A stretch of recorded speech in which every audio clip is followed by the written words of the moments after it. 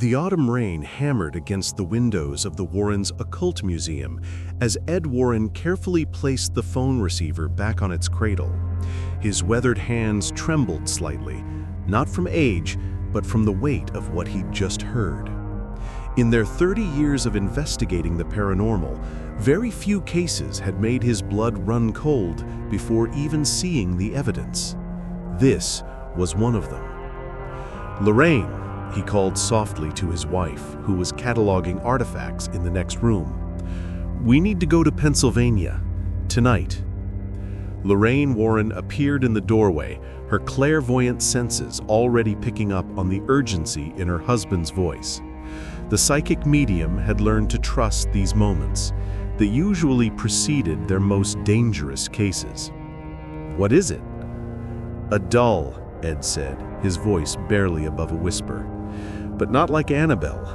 This one, they say it moves on its own. And yesterday, it put a child in the hospital." The 3-hour drive to Harrisburg, Pennsylvania felt longer than usual. Ed navigated their station wagon through sheets of rain while Lorraine sat beside him, rosary beads wrapped around her fingers, praying silently. They'd received the call from Father Marcus Donnelly, a priest they'd worked with before. His voice had been strained, urgent. "The family is terrified," he'd told Ed. "The mother won't go back in the house. The little girl is at Hershey Medical Center with injuries the doctors can't explain." "Ed, I've been a priest for 23 years. I've never seen anything like this." The Hartwell house sat at the end of Maple Grove Lane, a quiet suburban street where trick-or-treaters would normally be planning their Halloween routes. But tonight, the house at number 1847 stood dark and silent, yellow police tape still fluttering across the front porch from the incident 2 days prior. Father Donnelly met them at the curb, his umbrella turning inside out in the wind. "Thank God you're here," he said, ushering them toward the house. "The family, Michael and Sarah Hartwell, they're staying at the Ramada Inn downtown. They won't even drive past the house anymore." "Tell us what happened," Lorraine said gently, placing a hand on the priest's arm. Father Donnelly's jaw tightened. "Their daughter Emma is 7 years old. 3 weeks ago, Sarah found a doll at an estate sale on Market Street. Beautiful thing. Antique porcelain, handmade dress, probably from the 1920s. Emma fell in love with it immediately. They named it Clara. And for the first week, everything was fine. Then Emma started talking about Clara's other voice, said the doll would whisper to her at night. The parents dismissed it as imagination. Father Donnelly fumbled with his keys, his hands shaking. Then the moving started." "What kind of moving?" Lorraine asked, though from the look on her face, Ed knew she was already sensing something terrible. "They'd leave Clara on Emma's bed, find her in the kitchen, put her back in Emma's room, find her in the hallway, then in the parents' bedroom. Always getting closer to them, they said. Always watching." Ed felt his investigator's instincts kick in. Could someone have been moving it? The child herself? That's what Michael thought. He set up a camera, one of those new VHS camcorders, recorded Emma's room while they went out for dinner. The priest's voice dropped. The doll moved, Ed.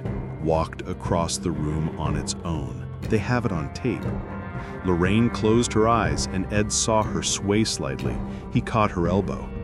"There's something else," she whispered. "Something angry. It's still in there." Father Donnelly nodded grimly. 2 nights ago, Sarah heard Emma screaming.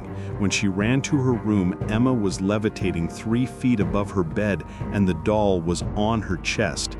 The child had scratches all over her arms and face, deep ones like claw marks. But they were in patterns, Ed. Symbols. "What kind of symbols?" Ed's voice was sharp now. "Occult markings, possible demonic sigils.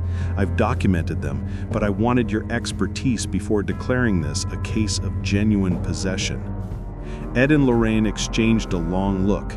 They'd investigated hundreds of cases, debunked most of them, but the ones that were real, truly real, those required every ounce of their experience, faith, and courage. "Where's the doll now?" Lorraine asked. "Still inside, in Emma's room. The paramedics wouldn't touch it, neither would the police. Father Donnelly unlocked the front door. I blessed the house and sealed the room, but I didn't want to confront whatever's in there alone." The door swung open with a long, low creak. The Hartwell house was typical suburban American. Floral wallpaper, family photos on the walls, a living room with a television set and comfortable couches. But something was fundamentally wrong with the atmosphere. Ed felt it the moment he stepped inside, a thickness to the air, a pressure that made breathing difficult. "Do you feel that?" he asked Lorraine. She nodded, her face pale. "It's watching us. It knows we're here." Father Donnelly led them upstairs, past framed pictures of Emma, a smiling girl with blonde pigtails and missing front teeth. In every photo, she looked happy, loved, normal. The kind of child who should be worried about homework and piano recitals, not demonic entities. Emma's bedroom door was at the end of the hallway, a wooden crucifix nailed to its surface. Someone, probably Father Donnelly, had drawn a blessed salt line across the threshold. "I need you both to be prepared," the priest said. "The presence in there is malevolent. When I blessed the room, something pushed back, hard." Ed reached into his bag and pulled out a vial of holy water, his Bible, and a silver crucifix that had been blessed by the Pope himself. Lorraine took out her rosary and began praying silently, her eyes closed, reaching out with her psychic senses. "It's not the doll," she said suddenly, her voice distant. "It's just a vessel. There's something ancient using it, something that's been waiting." "Waiting for what?" Father Donnelly asked. Lorraine opened her eyes, and Ed saw fear in them, real, genuine fear. Waiting to be invited in, and Emma invited it. Ed pushed open the door. The room was chaos, furniture overturned, books scattered across the floor, deep scratches in the wallpaper. The window was cracked, as if something had tried to break through it. And in the center of the room, sitting upright in a small wooden chair, was the doll, Clara. She was beautiful in the way that antique dolls often are. Too perfect, too lifeless, caught in the uncanny valley between human and object. Her porcelain face was flawless, with rosy cheeks and blue glass eyes. She wore a white lace dress with a pink ribbon, and her tiny hands were positioned delicately in her lap. But those eyes. Even from the doorway, Ed felt the eyes following him. "Jesus, Mary, and Joseph," Father Donnelly whispered, making the sign of the cross. Lorraine stepped forward, and immediately the temperature in the room dropped. Ed could see his breath misting in the air. The psychic medium stood before the doll, studying it with her supernatural senses. "It's attached, deeply attached. This isn't a haunting. It's an infestation moving toward possession." "Of the doll?" Ed asked. "Of the family. The doll is the anchor point, but the entity wants more. It wants Emma." Lorraine's voice shook. "It's been feeding on her fear, growing stronger. In a few more days, it would have been strong enough to complete a full possession." Ed approached the doll carefully, holding his crucifix before him.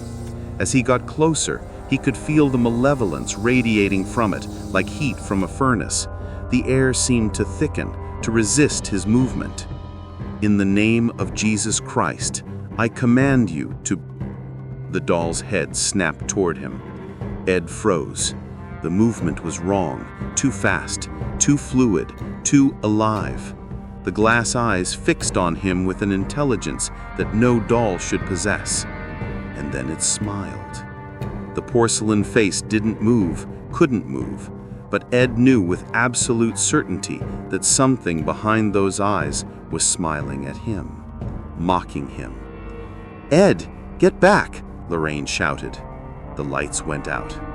In the darkness, Ed heard movement, Soft footsteps crossing the floor, not human footsteps, the delicate tap-tap-tap of tiny porcelain feet on hardwood.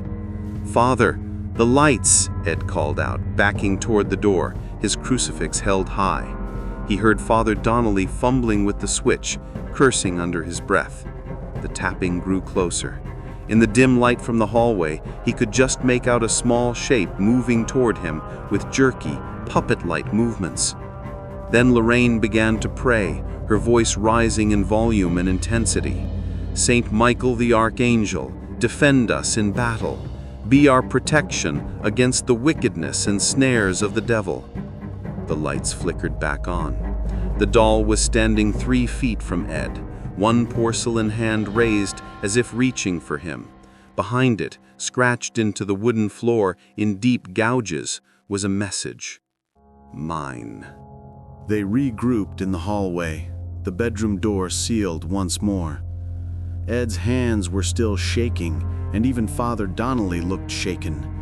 But Lorraine's face had taken on a determined expression, the look she got when her psychic abilities revealed something crucial. "I saw something," she said, "when it manifested, when the lights went out. I saw its history." "Tell us," Ed said, pulling out his notebook. Documentation was crucial for cases like this. The doll was made in 1924 in Charleston, West Virginia. A craftsman named Arnold Hartwell. "Hartwell?" Father Donnelly interrupted. "Like the family?" "His great-granddaughter," Lorraine confirmed. "That's why the entity was so easily able to attach. There's a bloodline connection." She closed her eyes, accessing the psychic impressions. Arnold Hartwell was an artist, but he was also involved in the occult. He joined a group that practiced dark rituals, attempting to contact entities from beyond. He made the doll as a gift for his daughter, but he also used it as a focal point for his experiments. "What happened?" Ed asked, writing quickly. "He succeeded. He opened a doorway and something came through, something malevolent. It killed his daughter, possessed the doll, and murdered her in her sleep. Arnold tried to destroy it, but by then it was too strong. He locked the doll away in his workshop, sealed it with protection charms. It stayed there for 55 years. Until the estate sale," Father Donnelly said, understanding dawning on his face. "Until Sarah Hartwell, his great-granddaughter, bought the doll without knowing its history." Lorraine opened her eyes. The entity recognized the bloodline. It's been waiting all this time for another chance at the family. Emma is the same age Arnold's daughter was when she died. Ed felt a chill run down his spine. "It wants to finish what it started." "We need to remove the doll from this house," Father Donnelly said. "Take it somewhere it can be contained." "It won't let us," Lorraine said softly. "It's too strong now, too attached to this location. If we try to take it, it will fight back. And after what I sensed in there," she looked at her husband with worried eyes, "Ed, this is the strongest inhuman entity we've encountered since Amityville." Ed Warren was silent for a moment, thinking through their options. They'd faced demons before, negative entities that fed on fear and suffering. But something about this case felt different, more personal, more vengeful. "There's another option," he said finally. "We perform a full exorcism. Not on the doll, on the house itself. We cut its connection to this physical space, weaken it enough that we can safely remove it." "That's dangerous," Father Donnelly said. "If the entity fights back during the ritual—" "It will fight back," Lorraine interrupted, "but it's the only way, and we need to do it tonight before it can gather more strength." They prepared the room carefully. Father Donnelly drew holy symbols on the walls with blessed chalk, while Ed set up recording equipment, cameras, audio recorders, everything they'd need to document what was about to happen. Lorraine blessed each corner of the room with holy water, her her prayers a constant murmur in the background. The doll watched them work, its fixed glass eyes somehow tracking their every movement. "It knows what we're planning," Lorraine said quietly to Ed. "It's preparing too." "Then we'd better move quickly." At midnight, the witching hour, they began. Father Donnelly stood before the doll, his Bible open, his voice strong and clear. "In the name of the Father, and of the Son, and of the Holy Spirit, we command you, unclean spirit, to make known to us your name, the day and hour of your arrival." The temperature plummeted. Ed's breath came out in thick clouds of frost. The recording equipment began to malfunction, cameras flickering, audio devices emitting high-pitched squeals. "The place and manner of your entry." The doll's head began to rotate, slowly at first, then faster, spinning completely around on its porcelain neck, with sounds like breaking glass. "Ed!" Lorraine gasped, stumbling backward. He caught her and immediately felt what she was sensing, a massive surge of dark energy, like a wave of pure malevolence crashing over them. "Keep going!" Ed shouted to Father Donnelly, even as objects began flying around the room, books, toys, picture frames smashing against the walls. "We cast you out, every unclean spirit, every satanic power, every onslaught of the infernal adversary." A voice emerged from the doll, deep and resonant, nothing like what should come from porcelain lips. "Mine, she is mine. The blood calls to blood." "You have no claim here," Father Donnelly shouted back, his voice never wavering. "This family is protected by the blood of Christ. You have no power over them." The doll levitated from the chair, rising to eye level with the priest. Its face began to crack, thin lines spreading across the porcelain like a spider's web. Behind the cracks, Ed could see something moving, something dark and formless, trying to push through. "Lorraine, now!" Ed called out. Lorraine stepped forward, her rosary glowing with a soft blue light, a phenomenon Ed had seen before when his wife's psychic abilities fully manifested. She placed her hand on the doll and immediately screamed.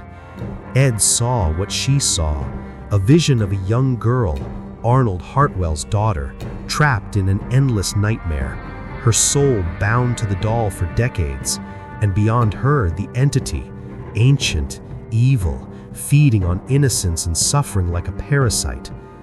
"Let her go!" Lorraine commanded, her voice echoing with supernatural authority. "You have no right to hold her. Release her soul."